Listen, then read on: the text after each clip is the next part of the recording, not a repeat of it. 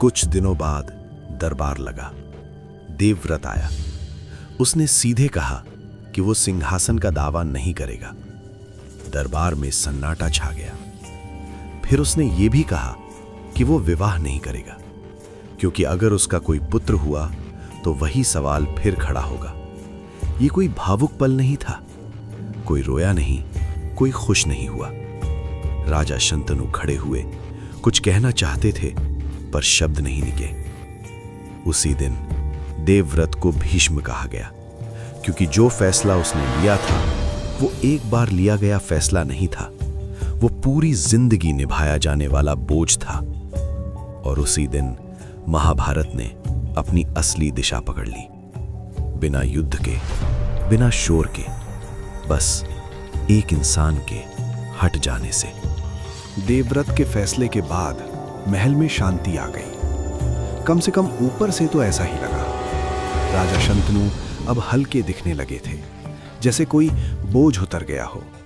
दरबार में बातें फिर खुलकर होने लगी।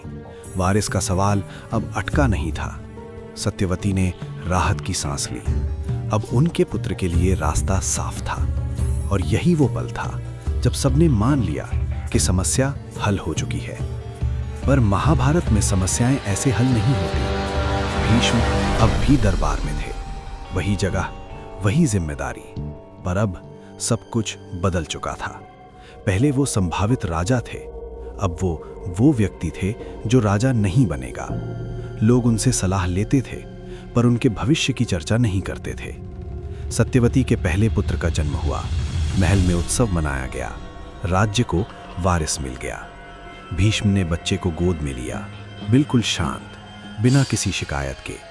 राजा शंतनु ने यह देखा और पहली बार उन्हें भीतर कुछ चुभा, क्योंकि उन्होंने समझ लिया कि उनका पुत्र जो कुछ छोड़ चुका है वो वापस नहीं आएगा। समय बीतता गया। सत्यवती के दूसरे पुत्र का जन्म हुआ। अब भविष्य पूरी तरह सुरक्षित था।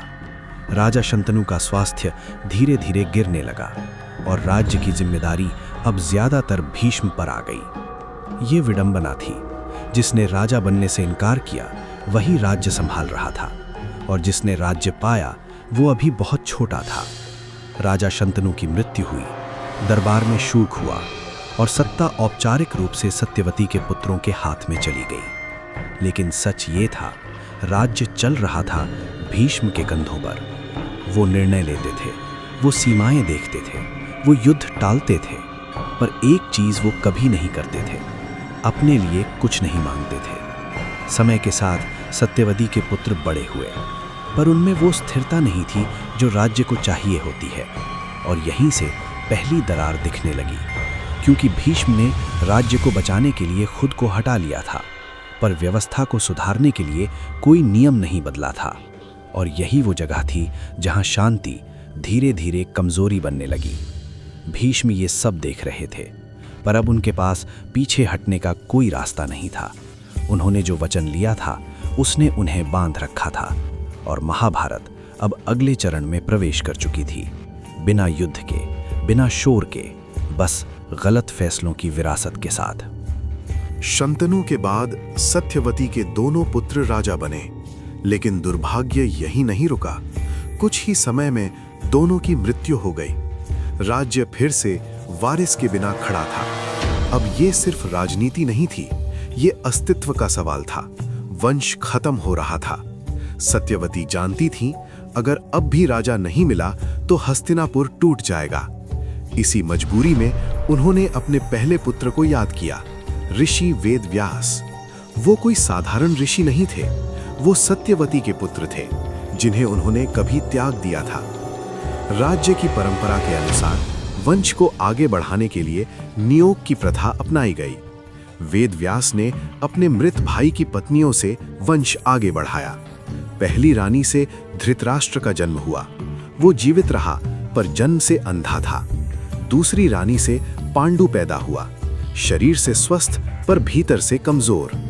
इस तरह दोनों भाई पैदा हुए। दोनों वेदव्यास के पुत्र थे, पर राज्य उन्हें शंतनु के वंश के रूप में जानता था। और यहीं से महाभारत का असली संघर्ष शुरू होता है, क्योंकि अब राजा तो थे, पर कोई भी पूर्ण उत्तर नहीं था। धृतराष्ट्र और पांडु के जन्म के बाद हस्तिनापुर को लगा कि संकट टल गया है, वंश बच गया था, सिंहासन खाली नहीं रहने वाला था।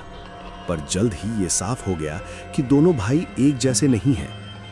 धृतराष्ट्र बड़ा था, उम्र में भी, हक में भी, पर वो जन्म से अंधा था। दरबार में कोई ये खुलकर नहीं कहता था, पर सब जानते थे कि एक अंधा राजा राज्य के लिए जोखिम माना जाएगा। पांडु छोटा था, पर शरीर से स्वस्थ था, शिकार करता था, युद्ध सीखता था और दरबार में सक्रिय रहता था। धीरे धीरे लोगों की नजर पांडु पर टिकने लगी। राजा नहीं चुना गया, राजा बनने दिया गया। निर्णय किसी एक दिन नहीं हुआ, पर दिशा तय हो चुकी थी। धृतराष्ट्र समझ गए थे कि सिंहासन उनके सामने है, पर उनके लिए नहीं। भीष्म ये सब देख रहे थे। उन्होंने विरोध नहीं किया, क्योंकि उनका वचन उन्हें रोकता नहीं था, उन्हें बांधता था। अंततः पांडु को राजा बनाया गया। धृतराष्ट्र दरबार में रहे, सम्मान के साथ, पर सत्ता के बिना।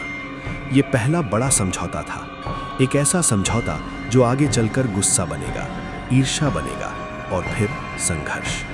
राजा बनने के बाद पांडु ने विवाह किया, राजनीति के लिए नहीं, राज्य की स्थिरता के लिए। कुंती और माद्री हस्तिनापुर की रानियां बनी। सब कुछ सही लगता था, पर महाभारत में सही लगना अक्सर धोखा होता है। एक दिन शिकार के दौरान पांडु से एक भूल हो गई। वो भूल युद्ध की नहीं थी, वो भूल धैर्य की थी, और उसी भूल ने राजा से भविष्य छीन लिया। पांडु पर श्राप लगा कि वो संतान नहीं उत्पन्न कर पाएगा। राजा जीवित था, पर वंश फिर खतरे में था। यहीं से कहानी एक बार फिर भीष्म के कंधों पर आ गई, और यहीं से हस्तिनापुर का भविष्य धीरे धीरे टूटने लगा। हस्तिनापुर बाहर से अब भी खड़ा था। महल वैसे ही थे, दरबार लगता था, नियम चलते थे, पर भीतर से व्यवस्था बदल चुकी थी। पांडु राजा थे, पर वे राजा की तरह जी नहीं पा रहे थे। शिकार की वो भूल सिर्फ उनका भविष्य नहीं छीन लाई थी, उसने उन्हें भीतर से भी तोड़ दिया था। राजा होकर भी वे राजा जैसा निर्णय नहीं ले सकते थे। वंश की चिंता हर दिन भारी होती जा रही थी। भीष्म ये सब देख रहे थे। वे जानते थे राजा कमजोर नहीं है, स्थिति कमजोर है। इसी बीच धृतराष्ट्र चुपचाप सब सह रहे थे। दरबार में रहते थे, सम्मान पाते थे, पर हर फैसले में उनकी अनुपस्थिति साफ दिखती थी। पांडु ने अंततः राज्य से दूर जाने का निर्णय लिया। ये पलायन नहीं था। उन्होंने सोचा, अगर राजा मौजूद रहकर भी राज्य सुरक्षित नहीं रह पा रहा, तो शायद दूरी बेहतर होगी। राज्य की जिम्मेदारी फिर से भीष्म पर आ गई, और यहीं एक खतरनाक आदत बनने लगी। राजा मौजूद हो या ना हो, राज्य चल ही जाएगा। इसी बीच कुंती का रहस्य सामने आया, एक ऐसा वरदान जिसका उपयोग उन्होंने कभी नहीं चाहा था, पर अब राज्य की मजबूरी व्यक्ति की इच्छा से बड़ी हो चुकी थी। यहीं से पांडवों के जन्म की कहानी शुरू होती है, और उसी के साथ एक और समानांतर कहानी भी, धृतराष्ट्र के पुत्रों की, जो अभी पैदा नहीं हुए हैं, पर जिनकी परछाई दरबार में दिखने लगी है। अब कहानी सिर्फ राजाओं की नहीं रही, अब ये भाइयों की, वंश की और आने वाली पीढ़ियों की कहानी है। और सबसे अहम बात, अब जो भी होगा वो वापस नहीं लिया जा सकेगा। पांडु का श्राप कोई संयोग नहीं था, और कुंती का वरदान भी कोई वरदान जैसा सरल नहीं था। इन दोनों की सच्चाई अभी पर्दे के पीछे है, और अगला अध्याय पहली बार उस पर्दा को हटाएगा।